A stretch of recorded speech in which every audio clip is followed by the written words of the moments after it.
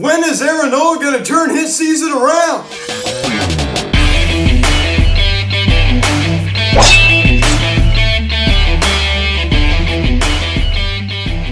Yo, what is going on, everybody? Welcome to the Phillies Edge Still video cast recapping last night's game between the Philadelphia Phillies and the New York Yankees as the Phillies lose 6-4 to the Yankees as they drop the first game of this quick two-game series as they look to avoid the sweep tonight at 7:05. And I guess before getting into this video, please subscribe if you have not yet. Please turn on the notification bell. Please like this video, comment on this video, share this video, and let's get into this.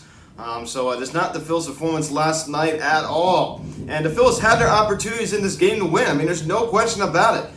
They did. They had so many opportunities. I understand that Rhys Hoskins, that one call, the bases loaded, with one out. That was just not a good strike call. That ball was curling the outside part of the plate. Bad umpiring last night. Really, really bad umpiring all the way around. Before I continue, I just want to say it's currently storming right now. Really, really bad outside. It's pouring rain, thunder, lightning.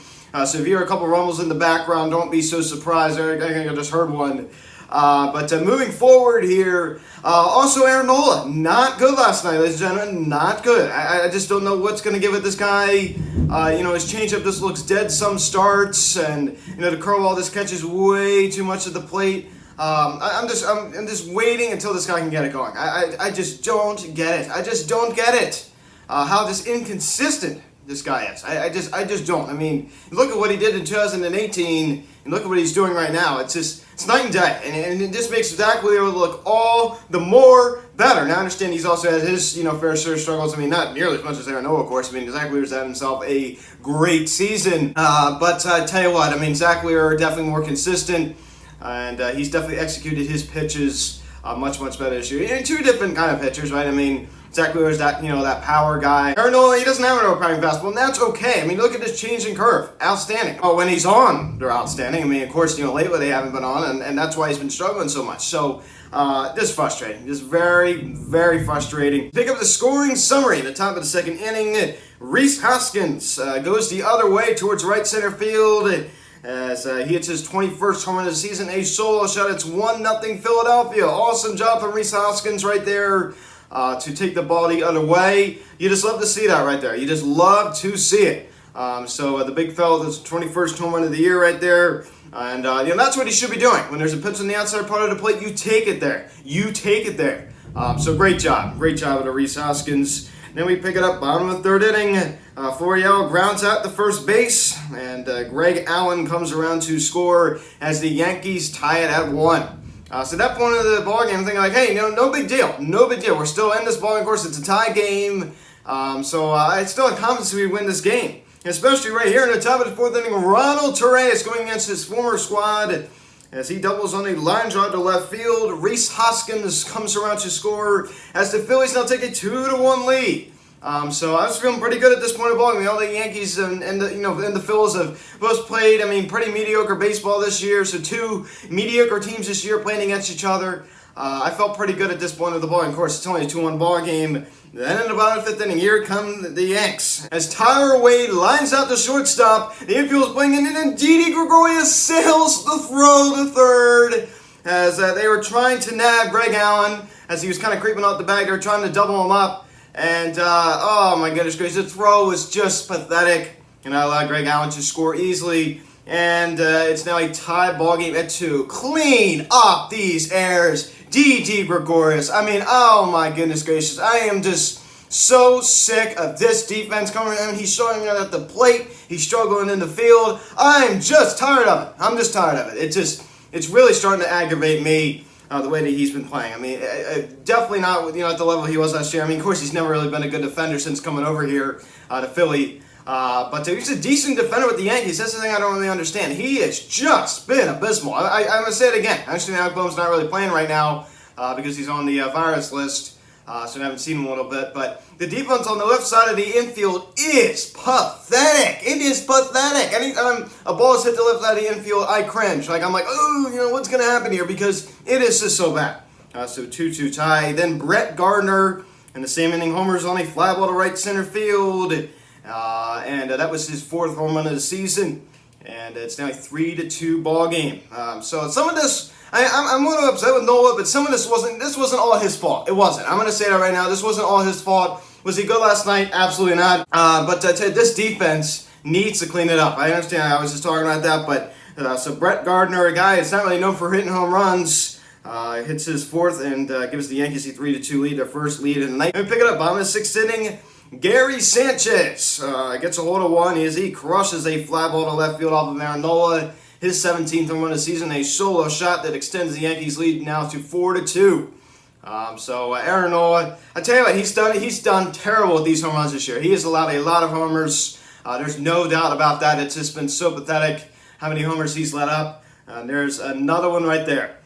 So 4-2 Yanks. Then about the seventh inning, this was off of Brandon Gensler. You know, it just was not good last night. I'm going to talk about Joe Girardi. Bad decision-making with the bullpen. I mean, think about the arms that he could have brought out, and he decided to bring out the arms he did last night. Just pathetic. Brandon Gensler. As Giancarlo Stanton, we all remember him with his time at the Marlins against the Phillies as he homers on a line drive to left center field. His 16th home run of the season. And it's now a 5-2 Yankees lead. And then it's everything we got to run back here. As Gene Segura signals on a ground ball to left field, Ronald Torres comes around to score. It's now a 5-3 ball game. So we're making the we're trying to come back here. And then about in the eighth inning, Alan Dios Santos, another guy. Why in the world are you putting this guy in? It's mind-boggling. As Florial homers on a fly ball to right field, number 1 on the year, and it's now a 6-3 Yankees lead. So I'm going to say it again. Why this cost us from winning the ball game? I'm going to say this cost us from winning the ball game. Aaron Nola wasn't sharp, and Brandon Gensler. I mean, it's just like he's not had a good year. We all know that. He's been really, really bad. He has just been so bad. And I want to deal with Santos. The high leverage relievers, ladies and gentlemen, of this Phillies team. Not. And then it's up in the ninth inning. Andrew McCutchen gets number 17 as he homers on a fly ball to left center field against his former squad that he played with in 2018 briefly. And gets the Phillies a little closer, but it wasn't close enough. A 6-4 ball game. And that'd be your final. 6-4, your final scores. The Phillies lose as they look not to get swept out tonight. So it really wouldn't be good. I mean, the fact that they go to Philly, we sweep them out, and then we went to them, and then they swept us out, it's just a canceling it out, right? So that's what they want to do, so hopefully we don't let them do it. But Gene Segura hit out Leos, but he's been collecting a lot of ones. That's the thing with Gene. He's not really stringing a lot of multi-hit games together recently. But Bryce Harper with a 2-hit night last night, it was nice to see that. And you know what? I like? Average 286. Bryce Harper's hitting 286, and I really like this a lot. And I feel like Chris was on here the other day. We were talking about how Harper needs to kind of adjust his game a little bit. Stop worrying so much about the home runs. Just trying to hit for a higher average. And I feel like that's what he's doing. 286, great job. And 903 OPS. He's not hitting 266, he's hitting 286. You know what I'm saying? So it's a different story. I mean, he's hitting for a pretty high average this year. I mean, I don't think we realize how hard it is to hit 300. There are very few hitters that can hit 300. So it's very, very difficult. And it's not all about average, too. It's not all about average. He's getting on base a lot. And I'm saying, yes, the walk rate hasn't been as high as it usually is for Harp. But he's making up for it because you see his batting average is a little bit higher. So it's making up for the, somewhat lack of walks. And he's still done a good job with the walk department this year. But Andrew McCutchen, only 1 hit, but it was a nice solo home run to left center field, which is great to see. Number 17. This guy's definitely going to get to 30. I'm saying it right now. You just love to see it right now. He's trying to play for something. Andrew McCutchen is trying to play for something. So this guy still has a good amount of gas left in the tank. And you just love to see Reese Hoskins also with a decent night taking the ball to right field. Average still a little bit low, but he's done a very good job of driving runners in and hitting that long ball. D. Gregorius, pathetic. Not only did he make that horrendous play out shortstop with that horrible throw to third, but an 0 for 5 performance last night. 214 average. This is the kind of DD, when we signed him, I thought we would get. And last year I was wrong about that. If we take a look at his last 7 games, 091 with a 200 on base percentage. Last 15, 173 with a 259 on base percentage. Last 30 games, he is hitting 182 with a 248 on base percentage. That is terrible. And a 391 slugging percentage. Those are atrocious numbers. So not good, man. Not good. You look at his OPS, 659. That is abysmal. 659 OPS. So D. Gregorius has had a bad season all the way around. He's a terrible defender. He's been really bad at the plate. So this is a very bad season for D. Gregorius. And Brad Miller, I've never seen a guy so streaky. You saw he had a 3-homer game, in Chicago. And he's just been so inconsistent this year. He's just been so inconsistent. Decent battle at the bench, but I wouldn't rely on him, to have consistency. But Ronald Torres, a good night last night, a little bounce back night. 271 average. OPS is a little low though. It's 694. I like to see it a little bit higher. But he's not that kind of guy. This is the kind of guy, yeah, he's had a pretty good year, coming off the bench, but there's nothing spectacular. He's not. You look at that, look at that OPS. A 694 OPS is nothing special. Not at all. That's kind of just mediocre. But I definitely think that he's been a solid option for us. It's kind of deceiving though. You look at the 271 batting average, you're like, wow, that's pretty good. You take a look at the OPS, 694. That's not great. That is not great at all. Yeah, I'm still really impressed with what he's been able to do. Compared to what we thought he would do and what he's been doing, I've been very, very impressed. Aaron Nola, 5 1/3, 7 hits, 4 runs, all 4 earned, 1 walk, and 5 strikeouts. Not good. Not good. I'm going to say it again. I have just never seen a guy, I don't know. I just don't know. The sad thing about this is we all know how good he can be.